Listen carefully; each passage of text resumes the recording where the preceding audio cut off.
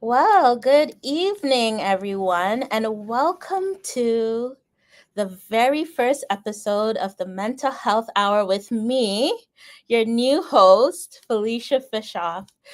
It is honestly such a joy and an honor to step into this role.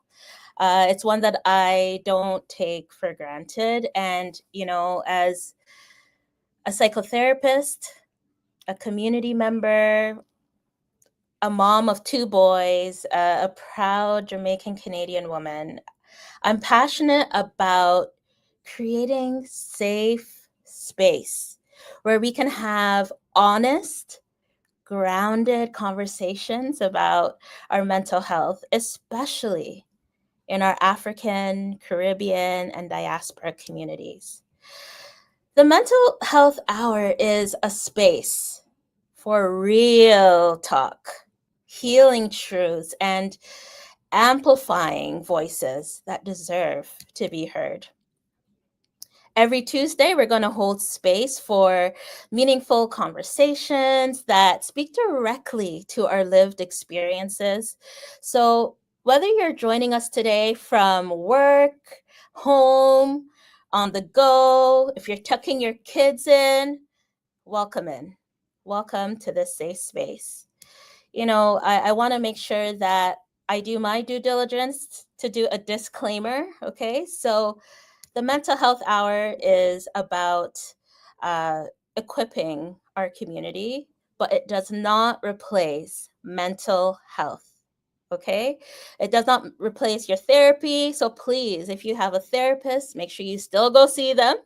If you don't have one yet, please find someone that you feel like you resonate with, okay?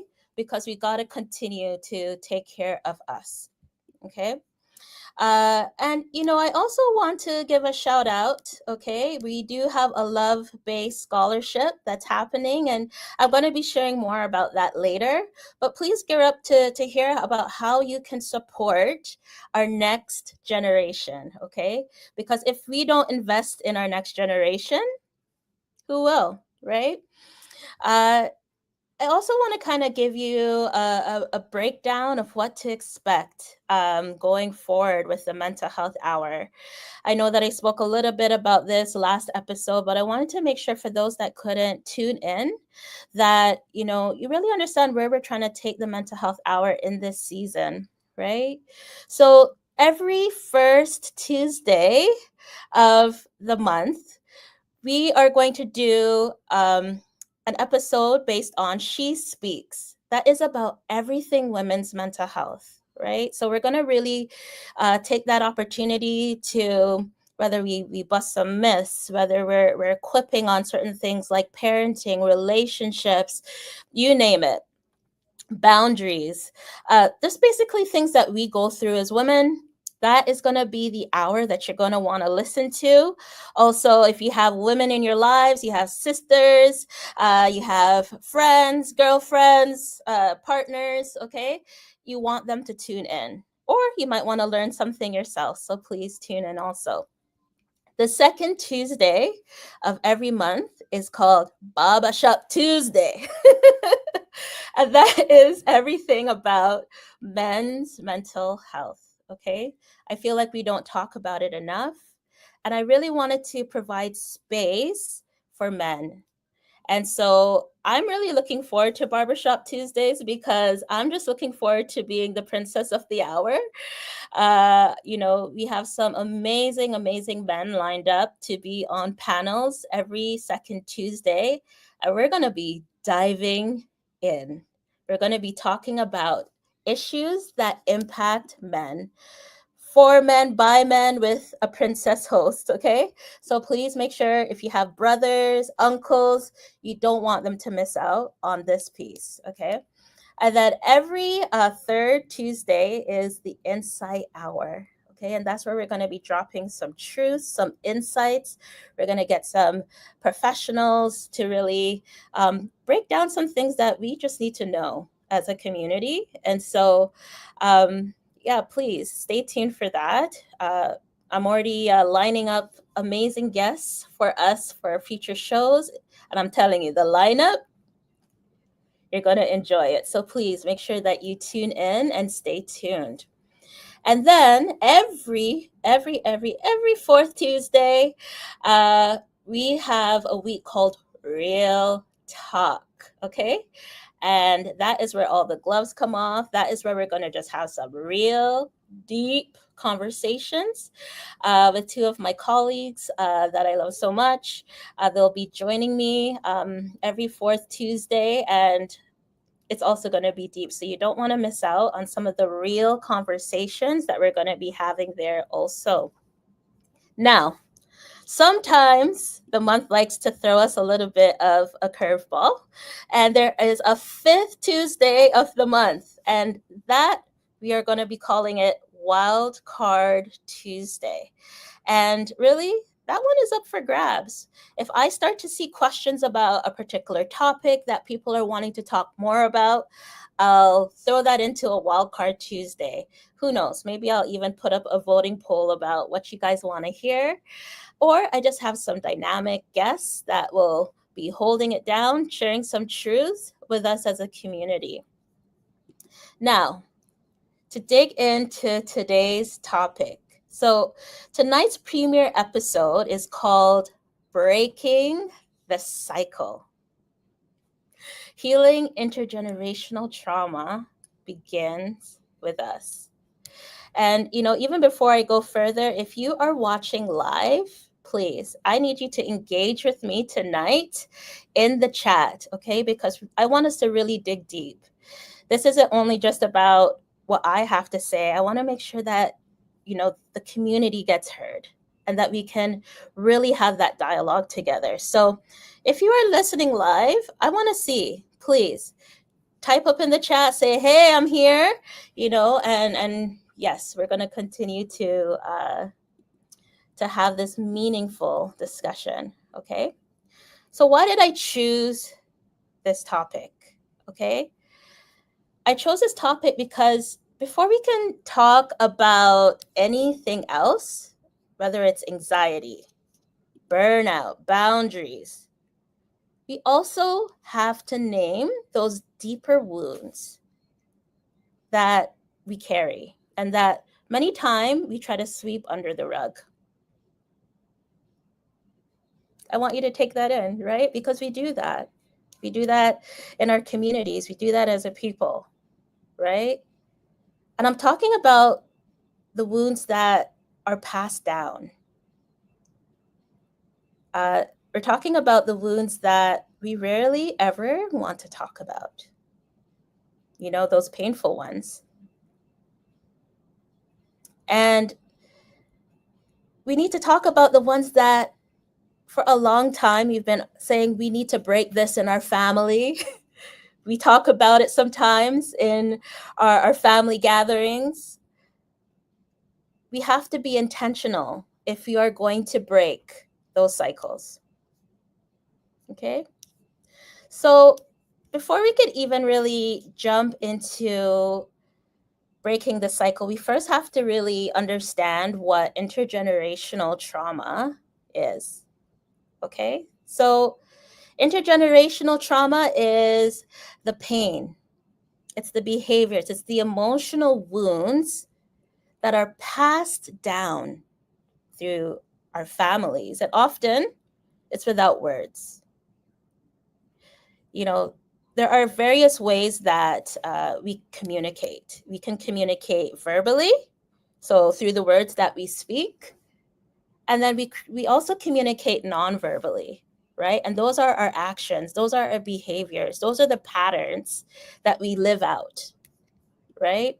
And sometimes intergenerational trauma is often passed down through those actions, right? So, it's inherited trauma. And, sometimes it comes from historical events that we were even present.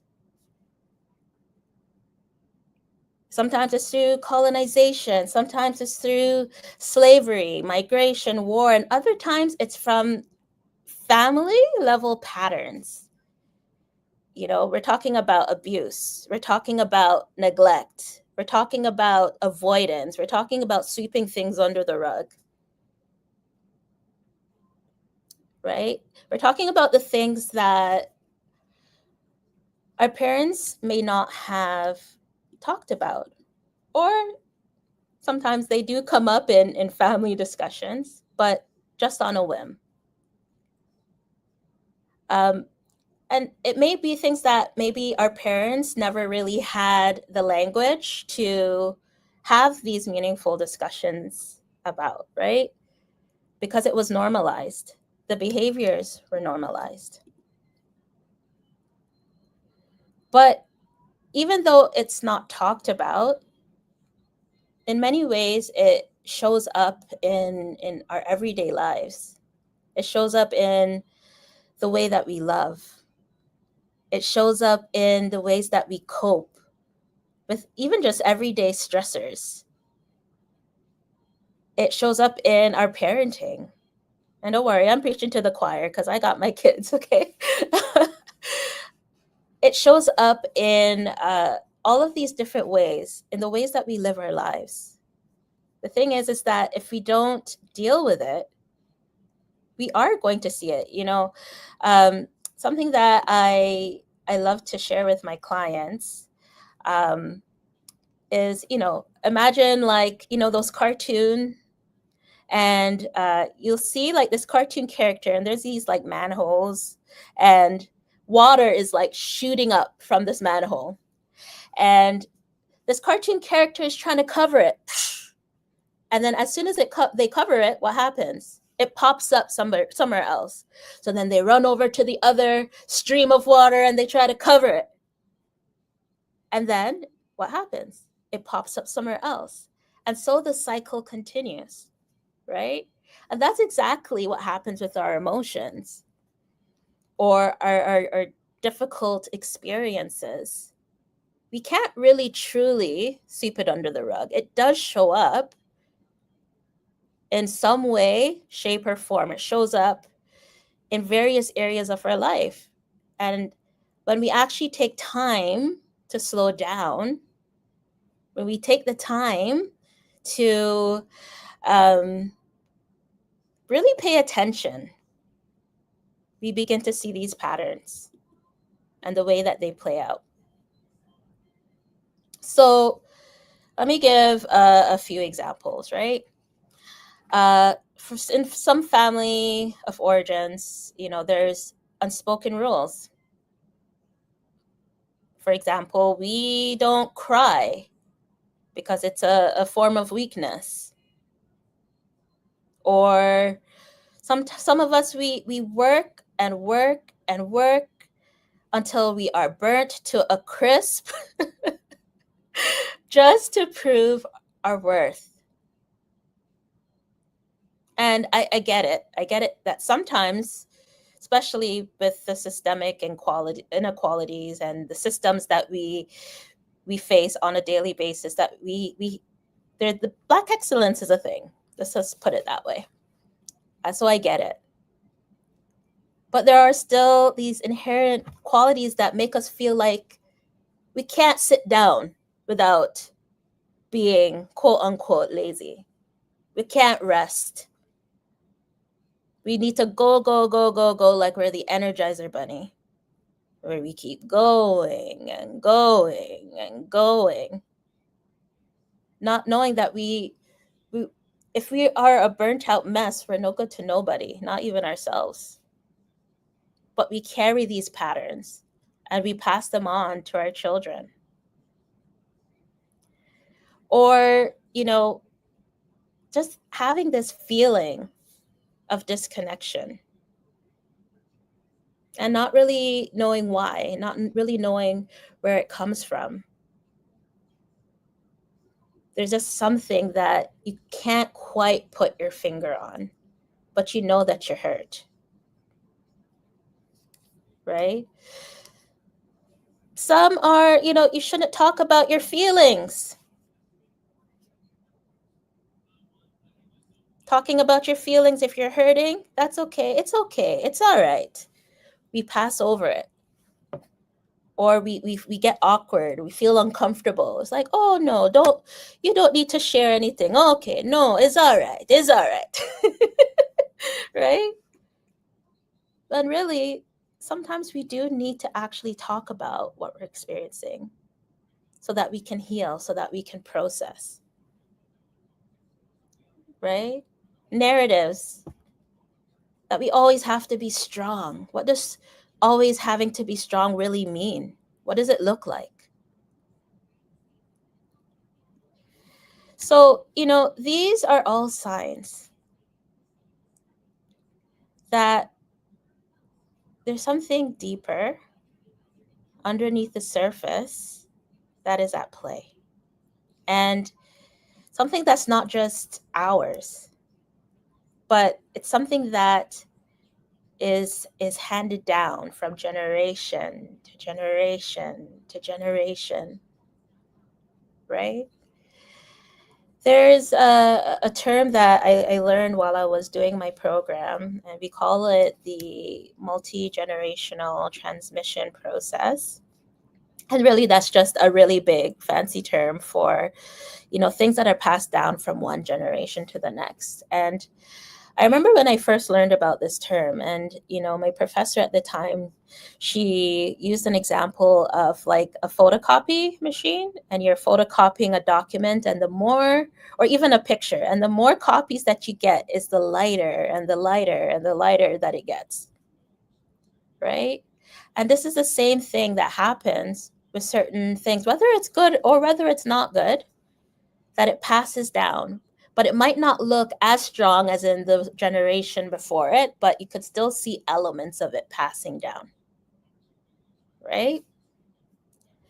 So, how do we know if we're carrying intergenerational trauma? And I think that this is a very important question that we need to really ask ourselves, right? So, a few ways that it might show up in our everyday lives are, again, and I'm going to reiterate this one quite a few times because I know how strong it is in our communities, is feeling the need to be the strong one at all costs. And that is a survival strategy.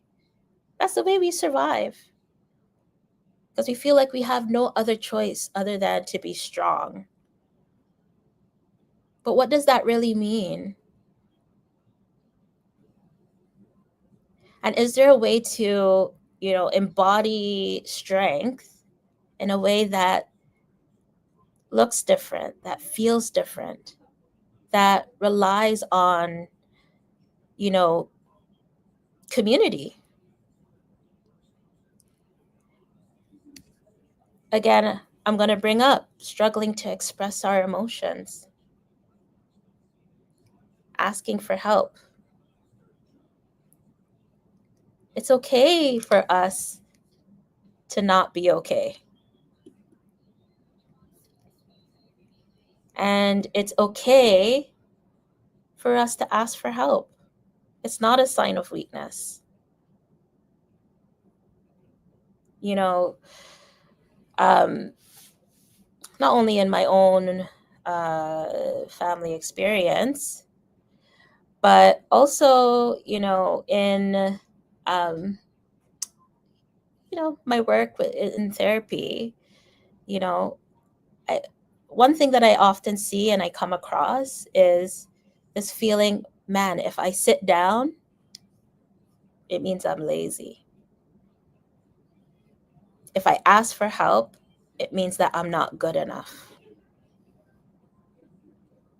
And a lot of these narratives are things that are in and of itself passed down from one generation to the next. And if you are watching live, if this is something that you feel like you have experienced, right? I want you to put that in the chat. I want you to tell me if that's something that you've experienced, some of these narratives. What are some of the narratives that you have seen in your own family that is passed down from generation to generation?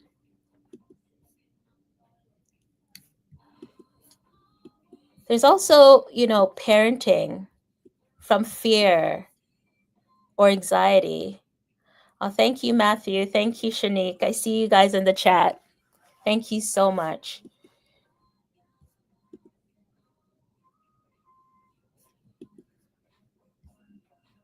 So, parenting from fear or anxiety is another thing that, is something that kind of passes down as well, right? And I'm preaching to the choir. I had to learn how to regulate my own emotions in my own parenting styles because that was different from what I experienced, right? It's okay to be angry. It's okay to be sad. It's okay to be overwhelmed, right? But how we handle it, what we do with it, I mean, that's an intentional act. And if we don't handle that with intention, we end up repeating the same patterns that we experienced, right? And like I said, I love my parents. I think they did the best that they could. And I believe that again, there are generational patterns even in my own family of origin, right? That have kind of washed down from one generation to the next. And have I gotten it perfect? Absolutely not. Right? No, I have not gotten it perfect. But if we could all just make these intentional choices, we continue to improve and we continue to show our children that if they're intentional, they can also improve and do better than we even do, right? We're creating new patterns, we're creating a new legacy. Another thing that is passed down is constantly overworking and overachieving, or even having difficulty setting boundaries. And boundaries is my favorite word. I love me some good boundaries, right? Or difficulty with trust. And now, I just want to put this out there to my Love Bay family, okay? When it comes to boundaries, I want to remind you of something. Boundaries are for you. They are not for the other person, right? And sometimes when we are wanting to change particular patterns, when we're wanting to put an end to things, right? Um, and we set boundaries, sometimes we're made to feel guilty for setting those boundaries. But boundaries are for you. It is not for the other person. And throughout our times together, I'm pretty sure I'm going to bring that up multiple times because it's something that I do often have to repeat over and over again. And also remind myself that too, right? Set the boundaries, especially if it's going to help you break harmful patterns, right? Chronic stress. Yes, I use the S word. Chronic stress is another thing that is passed down from generation to generation, right? High functioning burnout. We're burnt out. We're tired. We're tired. But we keep going and we keep burning through it. Yes, thank you, Matthew. Breaking the pattern of people pleasing. Yes, people pleasing at the expense of our own. Why do we do it? Sometimes we have no real sometimes we have no real reason for why we fall into these people pleasing patterns. But if we actually take time to intentionally reflect, we could understand and see that it's actually a family trend or a generational trend or a cultural trend. And I'm all for loving our neighbor. Okay, don't get me wrong. I'm all for being in community, and we have to. We're community centered people. We heal in community. I know from like our last episode with Dr. Tapo, she talked about Ubuntu and what that actually means, right? But there's also what's different is people pleasing and doing it at the expense of our own mental health because we're afraid to set boundaries and we're afraid to say no because we feel like it's going to make us a bad person. So yes, thank you, Matthew. Shanique has a question. So how can we support others when we are running on empty? That's a great question, and I think that goes back to the conversation about boundaries, right? I think we have to first understand what our capacity is. We have to understand, okay, am I in the place to be able to support this person? And what does that actually look like? It might not look like the way that they want it to look like, and that's okay. Or maybe you have more in your arsenal to give than you realize if you maybe do some self-care and you can get some rest. But if you are on absolute empty, you need to take care of yourself first. Think about an airplane, right? And you do the whole demonstration, the safety demonstration. What do they say to do first? If the plane is going down and you see the mask drop, do you put on the other person's mask first or do you put on your own? We put on our own first and then we help the other person. But I think a lot of times we feel like we need to put on everybody else's mask while we're running out of oxygen. and then what happens? I mean, what happens? We might not make it because the oxygen has run out. And if we can use that example and bring it into practicality as it relates to our capacity. Oh yes, Gabriella, absolutely. We have to help ourselves first. I really love how my Love Bay family is showing up in the chat today. I just want to shout out to all of you. Thank you. Yes, Matthew, you cannot help others if you're not helping yourself. And I think that a lot of times we forget that. A lot of times it's not even about forgetting that, it's an ingrained culture that if we're not intentional about breaking it, we continue to do it over and over and over again. And then we teach it to our kids and tell them, oh, you're not allowed.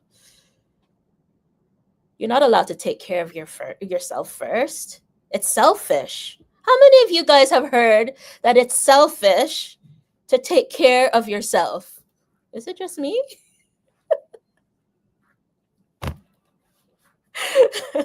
I'm sorry, I have to laugh about it because, it's just, what does it really truly mean to be selfish? I'm not saying, never help another person ever. But in moments where you actually need to take care of yourself, you have to do that first. I might be outing myself that I can't swim, but I can't swim. All right. Let me put that out there. I can't swim. But from what I've heard from lifeguard training is if you're going out there to rescue a person and they start drowning you, you have to leave them behind and save yourself. Otherwise, there's going to be not one, but there's going to be two casualties.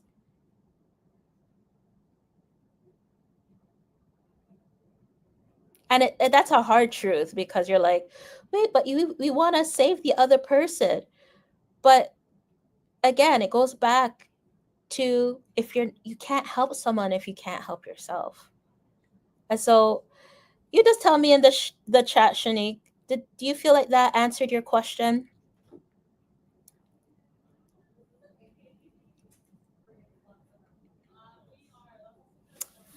And while we wait for Shanique to answer, um, yeah, a lot of times we feel like these patterns, right, are just the person's personality, right? But really, is it just personality traits, or is it something that is inherently passed down? Is it like a cultural norm that we're passing down? Is the way that um, we choose to handle a situation really just a personality trait, or is it something that is deeper than that? For example, um, let's talk about cutoff.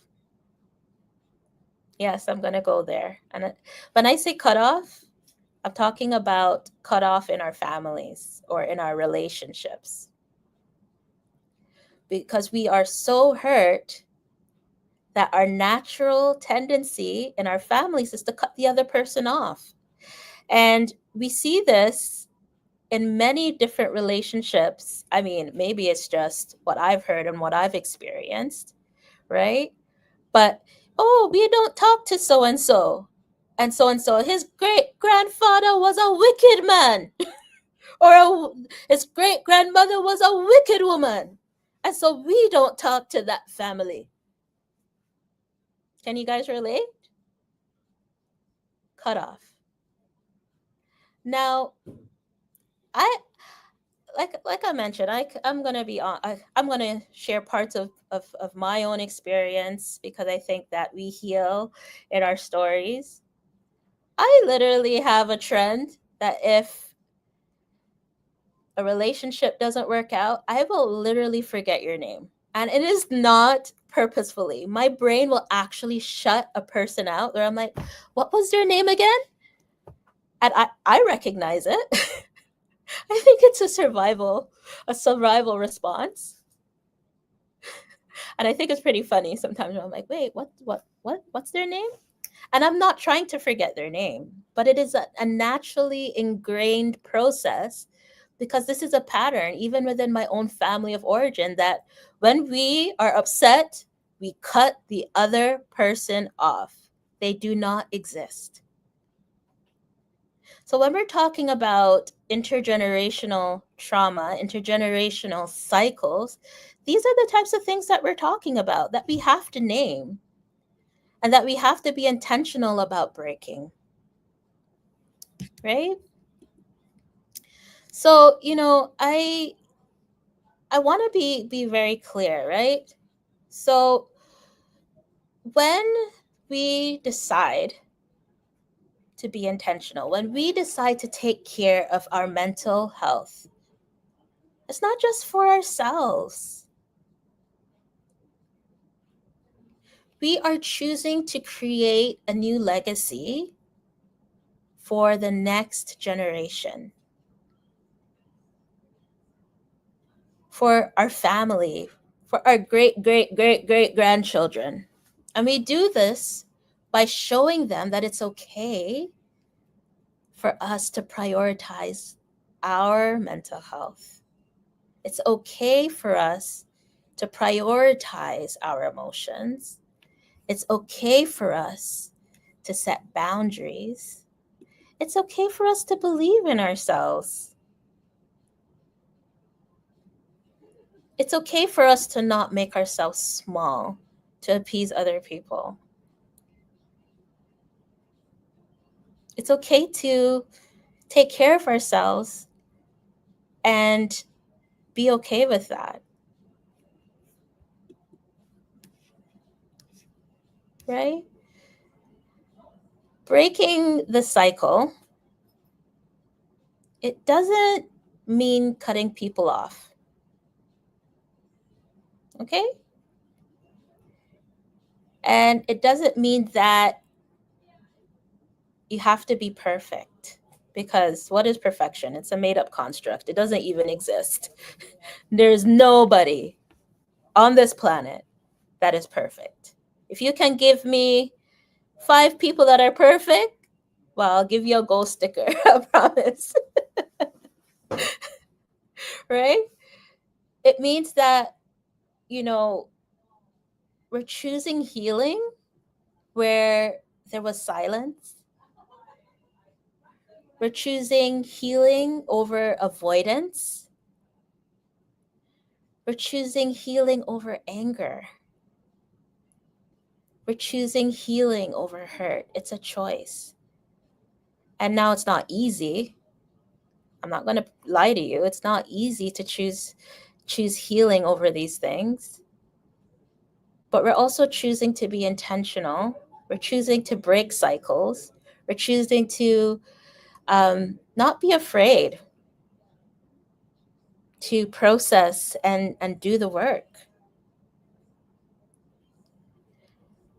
You know, sometimes breaking the cycle is choosing rest where there was once hustle. I know, a book that a lot of people in the therapy community have been talking about, and I've read it myself, and I want to reread it. It's called Rest is Resistance.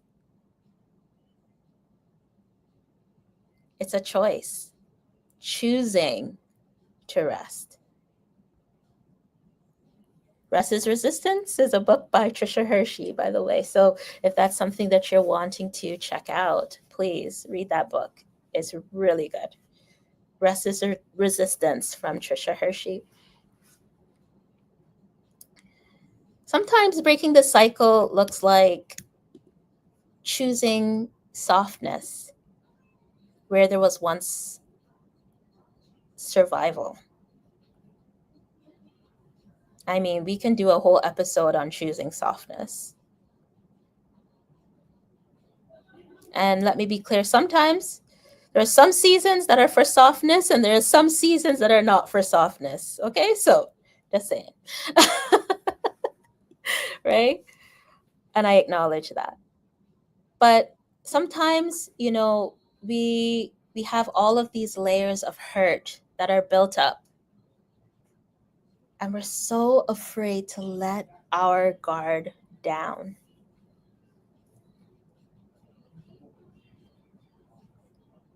But can you choose to heal? Can you choose to be soft? To open yourself again, to trust again. And we all know somebody in our lives that has a hard time letting go. And rather than letting go and doing the work of healing, they become hard. And when they become hard, they get stuck. And then they can't move forward. And really it's like quicksand. You just can't move. You can't move forward. You're stuck in the pain.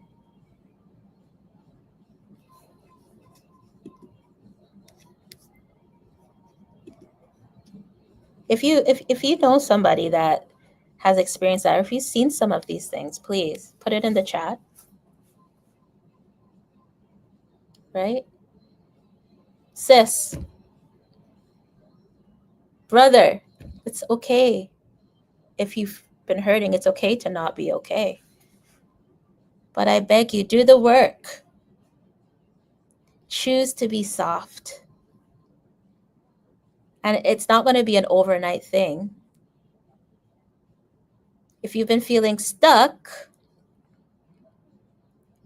slowly start to let healing in and allow that to move you forward. Because sometimes we're just stuck and we feel like we're going around in circles. But it's because we're so hurt, we're so hard, and we don't know, we don't have the tools. Again, bringing it back to, breaking the cycle, you don't have the tools to move forward. But we want to, we desire it. But it is possible. But it does take courage. It does take intentionality.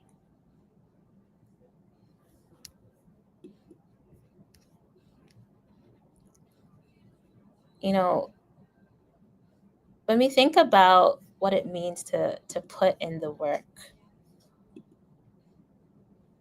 Okay, yes, I'm biased. One way is through therapy. I'm going to put that out there first. Right? But that is one tool. We also heal in community. And I know that some of you that are listening right now have a knee-jerk reaction when I say that because you've been hurt by community. And you're afraid to put yourself out there again. And so healing can look different. Maybe you have to heal with the one before you can heal with the many, and that's okay. Another way that you begin this work is starting to name some of these family patterns out loud.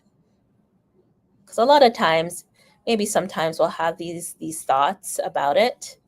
But there's something powerful about when you start acknowledging it and you start naming it out loud. That it becomes more real and you're like, whoa, that is something that I do not want to keep. And passing down from generation to generation. I want this to end with me. Another way to begin the work is, again, my favorite word, setting clear, loving boundaries. And that's a beautiful way to begin to love yourself, to allow yourself to heal. And sometimes it will, and many times it will make other people around you who's used to things being done in a particular way uncomfortable.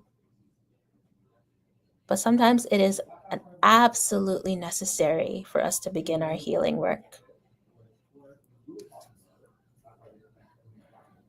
If it's with parenting, we can choose to talk to our children differently. And even though it's hard, we can set new patterns of communication and interacting with our kids.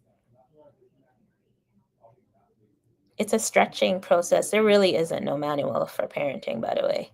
I wish there was. I would have read it from back to front and front to back, right? But again, it was understanding where I came from personally and deciding what I wanted to do differently.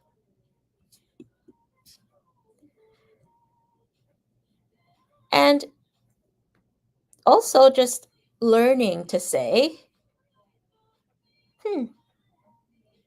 wow, these patterns may have been normal, my norm while growing up, but acknowledging that they might not have been the healthiest and that there is a way forward. And, these things that I'm mentioning, you might be thinking, what, that's it? Or, wow, that's really too simple. But sometimes it's just those small changes that make the biggest impact.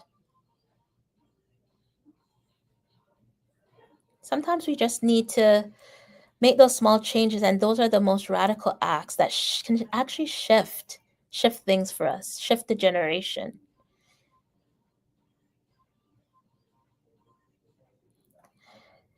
And, when we think about breaking cycles, that's what it looks like, making those small changes. I love the saying, you can't keep doing the same thing and expect a different result. It's madness. It really is, right? We have to learn to pivot. That's where we begin to see the change. I mean, in my work with even couples, I tell them the same thing. I want to understand what the cycle is in your relationship so that we can see what we can do different, so that we can pivot and see change, positive change. And it's going to be uncomfortable, but it's like building muscle memory. The more you do it, is the stronger you get, is the more muscle you build. And it doesn't happen overnight. It does take repetitive action, doing it over and over again, setting those boundaries over and over and over again until it becomes second nature. That's how you make change. That's how you break the cycle. And so, I value, your voice as a community. And I want to hear from you. What cycles are you trying to break in your life or your family? What has been the hardest part of that journey? What has been the most healing?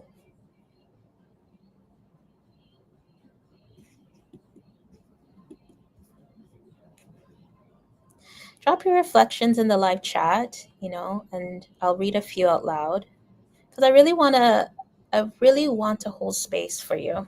I want to hold space for us.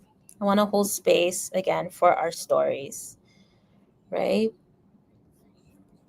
I think that, again, a big part of things that I wanted to break was, again, in my parenting. But not only that, it's also about the way that I see myself, the way that I take up space in my community, or just take up space in general. I am okay to take up space. I don't have to make myself shrink and be small. I don't have to put everybody else's needs above my own. It's okay. Even taking rest was a huge struggle. If you could relate, you could put that in the chat also, right? But I think, again, it took me personally, like intentionality to be able to make those changes in my life. And honestly, I'm a better person for it. I am a better parent for being a more rested version of myself, right? And now when I sit down with my clients and I tell them to rest and I tell them to take care of themselves, I know I'm not being a hypocrite because I've done that work. And I know the struggle that it takes to believe that, to embody that, to live that out. And I just feel like there are some people listening today that are really, really, really, really tired. You sit down and you look at 30 other things that you could be doing. And then there's that feeling on the inside that bubbles up. Take the rest, because there will always be a list of things for you to do. And no, you're not being lazy. In fact, it's the most productive thing that you could be doing. Rest is actually the most productive thing. When we are the most rested versions of ourselves, we actually get more things done. we're actually more productive. But when we are a burnt out mess, what might have taken an hour now takes 3. So take the rest, sis. Take the rest, brother. It's okay. Take that vacation. Take that week off. Take that 2 days off. Whatever you need to pour into yourself, you need to give yourself the permission. And, a lot of times we embody just that cycle, and we hear it as our inner critic. It is okay for you to love yourself. It is okay to take care of yourself. It is okay for you to be the best version of yourself.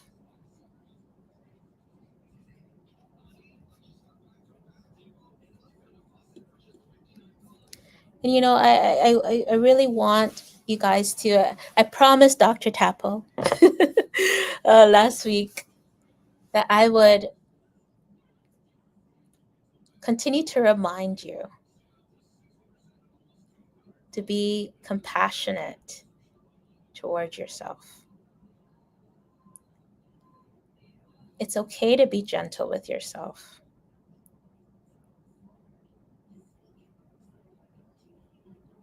In fact, it's necessary.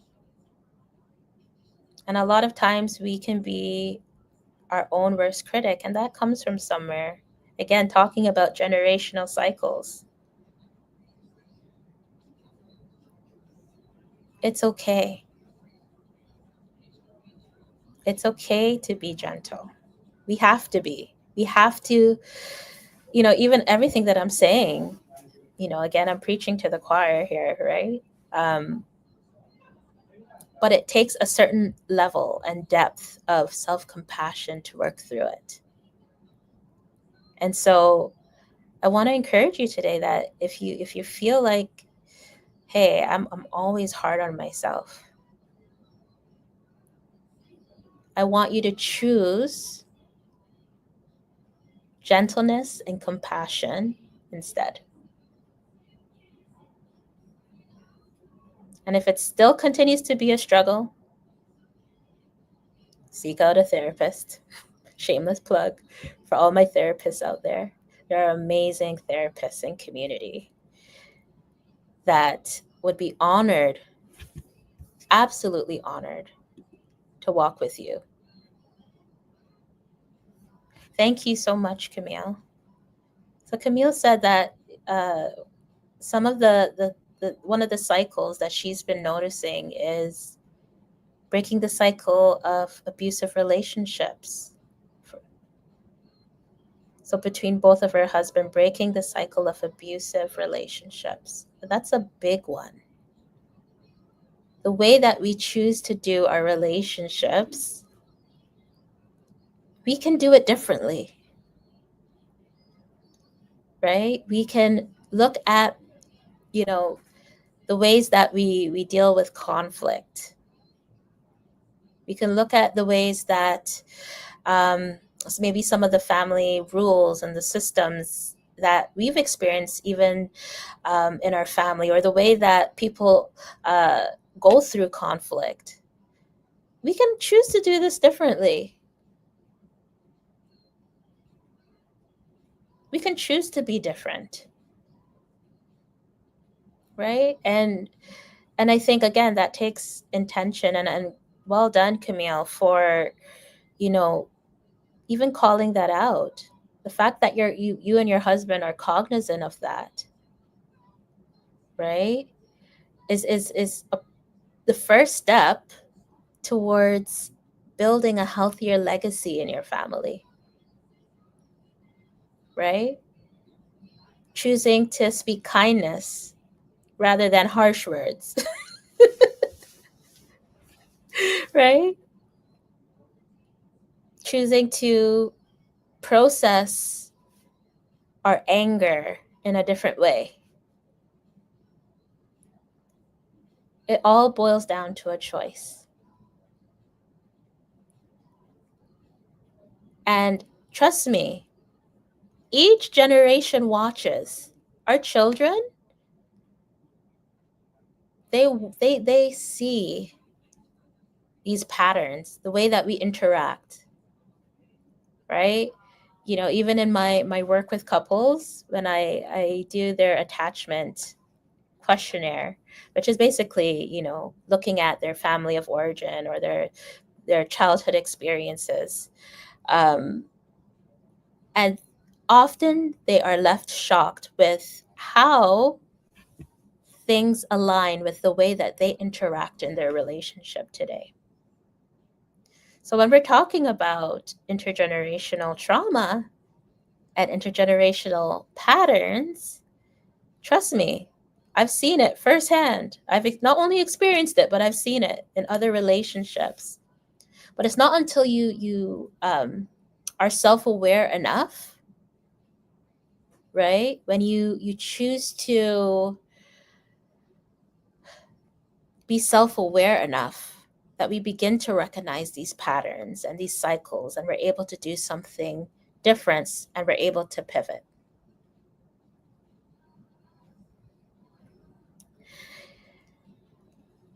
I want to thank my Love Bay community. I want to thank everyone who um, really engaged today in the chat. I'm so glad that I hope that you found this helpful. If you found it helpful, you can put that in the chat also. And I hope that those that are listening has found this helpful. Um, if if there's anything that you want to hear, I want to hear from you. Okay, so please make sure you reach out and let us know. Is there something that you want us to talk about? Is there a topic that you want to hear? I also want to take this opportunity to talk about the Be the Light Youth Summit that is taking place, right? And this is going to be taking place at the Humber Valley United Church at 76 Angesley Boulevard in Etobicoke, M9A3C1. This is a free, caplocks, FREE, a free event. And so we invite you to register on Eventbrite, okay? And if you want more information about the Be the Light Youth Summit at Humber Valley United Church in Etobicoke, please reach out at 437 778 3299. Again, that's 437 778 3299. And until next time, Love Bay family, peace out.